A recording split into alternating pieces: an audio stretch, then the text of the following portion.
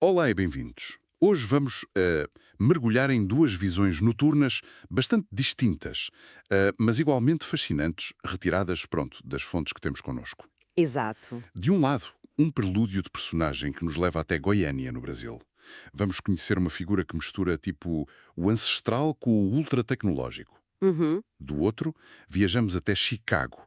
Temos excertos que revelam, bem, a complexa teia de poder e sobrevivência vampírica numa metrópole clássica do mundo das trevas. Exatamente.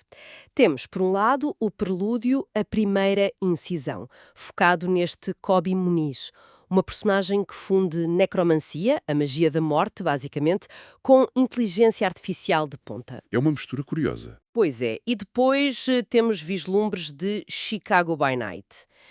Estes mostram-nos uma cidade dominada pela Camarilla, aquela grande seita vampírica, que, pronto, preza a ordem, o secretismo, mas que está a fervilhar com intrigas políticas, conflitos entre fações e, claro, a ameaça constante de caçadores modernos, a chamada Segunda Inquisição. Ok, então a nossa missão aqui é tentar perceber as ideias centrais destes textos. Queremos explorar como é que o poder se manifesta nestas noites modernas. Certo. Será pela tecnologia dominadora, como parece ser o caso lá em Goiânia, ou será mais pela política, pela força bruta, por alianças frágeis, como em Chicago? E como é que o legado, não é? A herança vampírica e a simples necessidade de sobreviver, como é que tudo isso joga nestes cenários urbanos? Exato. Vamos lá então desconstruir isto um pouco. Comecemos por Goiânia, 2022. O prelúdio situa-nos num bloco cirúrgico às 2h17 da madrugada.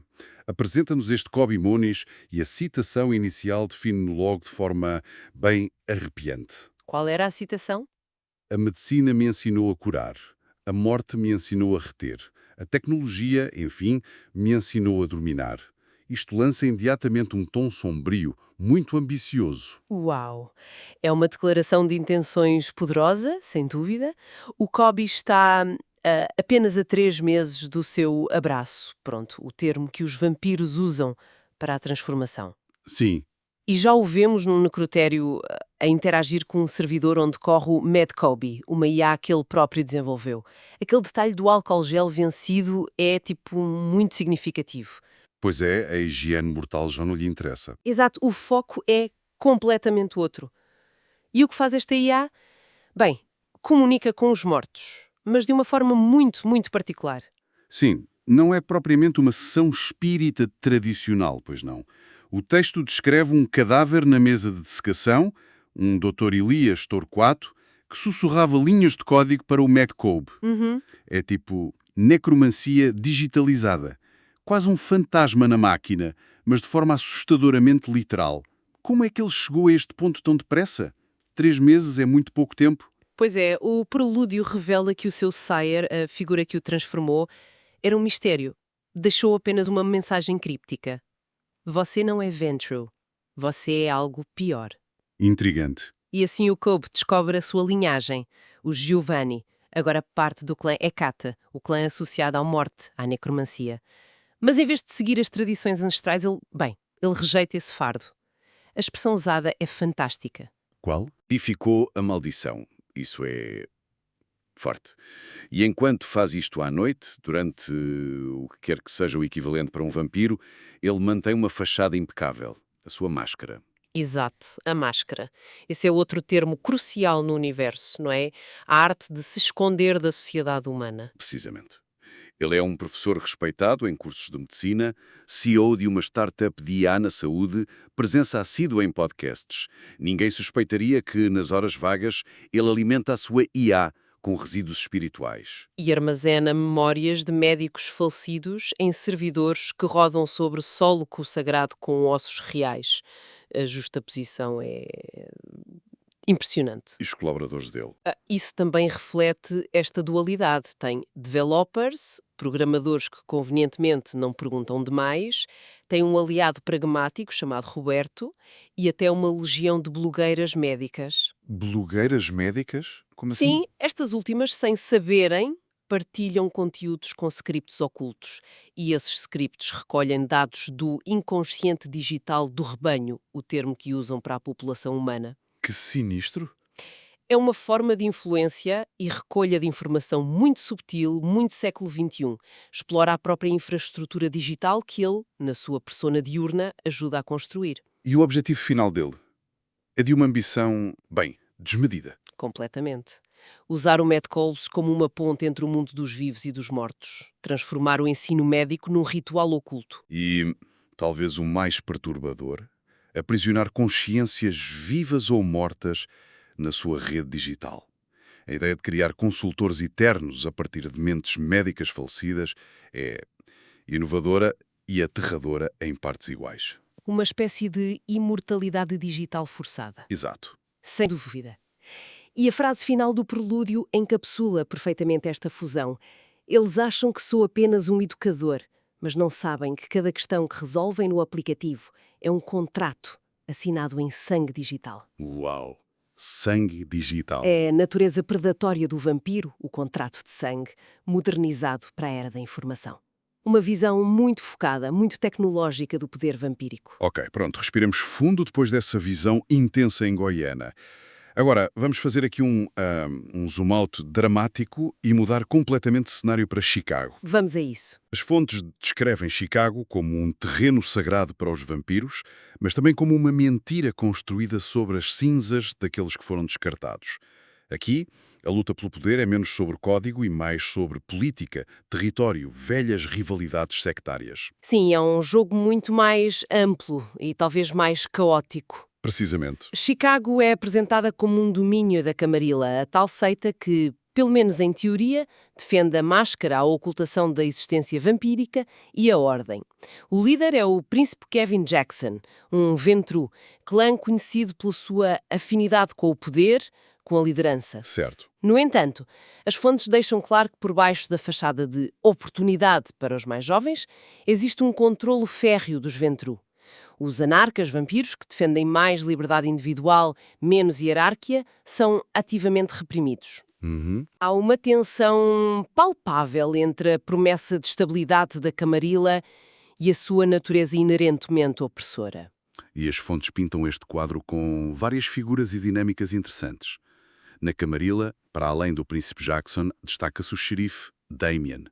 Curiosamente, ele é do clã Brujah.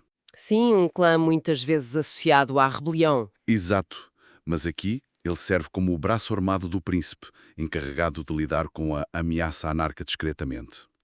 Vemos também o primogênito, o conselho de anciãos que aconselha o príncipe. Figuras como Annabelle, uma toreador clã ligada às artes, à sociedade, com grande influência social. Isso mostra como o poder na Camarilla não é só força bruta. É também manipulação social. Claro. E do outro lado temos os anarcas. Pois, as fontes mencionam Maldavis, descrita como uma caitife, ou seja, sem um clã reconhecido. Isso muitas vezes coloca à margem, mas talvez também numa posição única para unir diferentes fações. Ela tenta organizar a resistência.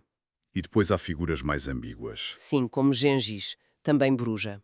Ele parece navegar entre rebelião aberta e negociações secretas com o próprio príncipe Jackson.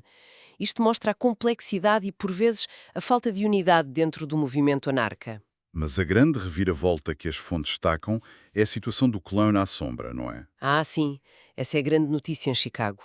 Historicamente, era um pilar do Sabá, a seita rival da Camarilla, conhecida por táticas mais agressivas, menor preocupação com a máscara. E agora?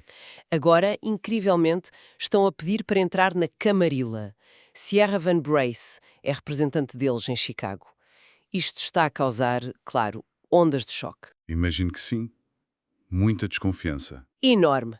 Fala-se em sacrifícios de anciãos lá à sombra como prova de boa-fé, o que é brutal, e também no seu poder histórico dentro da Igreja Católica, algo que a Camarilla certamente vê com interesse, mas também com receio. A entrada deles promete baralhar completamente o xadrez político da cidade. E claro, a cidade não pertence só a estas fações. Os outros clãs têm as suas próprias agendas, suponho. Sem dúvida. Os Nosferatu, mestres da informação, do submundo, operam nas sombras. Figuras como Khaled controlam redes de espionagem. Os Malkavianos, conhecidos pela sua perspicácia única ou loucura, dependendo do ponto de vista, têm figuras influentes como Bronwyn, dona de um clube que é um centro nevrálgico de informações. Uhum. Os tremers, os feiticeiros do sangue, estão divididos entre velhas tradições e novas abordagens à sua magia. Até clãs como os Gangriel, mais selvagens e recentemente saídos da Camarilla, têm a sua presença, como uma tal Rosa Hernandas, que lida com a sua própria guerra contra lobisomens e a desconfiança da seita. É um ecossistema bem complexo. E o que acho fascinante é como a própria cidade de Chicago, como é descrita nas fontes, reflete estas tensões. Fala-se de uma cidade de paradoxos, segregada, com uma história violenta. Mencionam até o legado de Al Capone, que, surpreendentemente, é revelado como um vampiro ventro, agora desaparecido. Exato. As tensões sociais, a gentrificação que apaga histórias, locais com má fama como o Cabrini Green, tudo isto serve de pano de fundo e por vezes de palco para a Jihad, a guerra secreta entre vampiros. Fontes mencionam especificamente a First Light, uma agência governamental dedicada a caçar o sobrenatural. Isso complica tudo. Completamente. Fala-se de vigilância acrescida, interseção de comunicações, isto obriga os vampiros a serem ainda mais discretos, afeta tudo, desde como se alimentam, a necessidade de caçar discretamente em Chicago é sublinhada até como conspiram. É interessante ver como a tecnologia que o Kobe em Goiânia usa como ferramenta de poder, Aqui surge principalmente como uma ameaça existencial. Exato. locais específicos também ganham vida nas fontes. O Succubus Club, um ponto de encontro clássico, agora reaberto. O Red número 5, um clube ligado a uma misteriosa Blood Disco. Elysiums, que são supostamente territórios neutros como o Garfield Park Conservatory, mas que na prática podem ser centros de intriga. E até territórios associados a clãs específicos, como a antiga influência Hecata no corredor médico, que agora está desaparecida, o que nos faz pensar se alguém como o Kobe encontraria ali um terreno fértil ou particularmente perigoso. É uma boa questão. Então, temos estas duas imagens, não é? Goiânia, com o Kobe a construir o seu império singular de necromancia digital, um poder altamente centralizado, tecnológico, Sim. e Chicago, um caldeirão fervente onde o poder é disputado através de política, influência social, informação, território, violência, num jogo muito mais difuso, multifacetado. E agora ainda mais complicado pela chegada dos La Sombra. Ambos os cenários mostram vampiros a adaptarem-se ao século XXI, mas de formas radicalmente diferentes. O Kobe abraça a tecnologia de uma forma quase transhumanista, ou transvampírica, se quisermos. Boa definição. Em Chicago, vemos vampiros a usar tecnologia, menciona-se um hacker ventru que se tornou anarca, por exemplo, mas principalmente a serem ameaçados por ela através da Segunda Inquisição. Uhum. A máscara, a arte de se esconder, continua a ser vital em ambos os casos. Seja a fachada social complexa do Kobe ou as teias de enganos que os vampiros de Chicago tecem para sobreviver noite após noite. Exato. As formas de poder também contrastam bastante. O Kobe busca um controle quase absoluto, quase divino, através da sua IA. É um poder que emana de um único ponto, altamente tecnológico. Enquanto em Chicago o poder está disperso, é o poder político do príncipe Jackson e do primogênito, o poder social de figuras como a Annabelle, o poder da informação dos Nosferatu, o poder territorial disputado entre Camarilla e anarcas e, claro, o poder da força bruta do xerife ou de outros executores.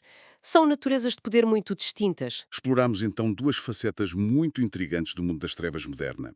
O prelúdio do Kobe deu-nos uma visão bem arrepiante e singular da fusão entre a tecnologia de ponta e a ancestral necromância Hecata, lá em Goiânia.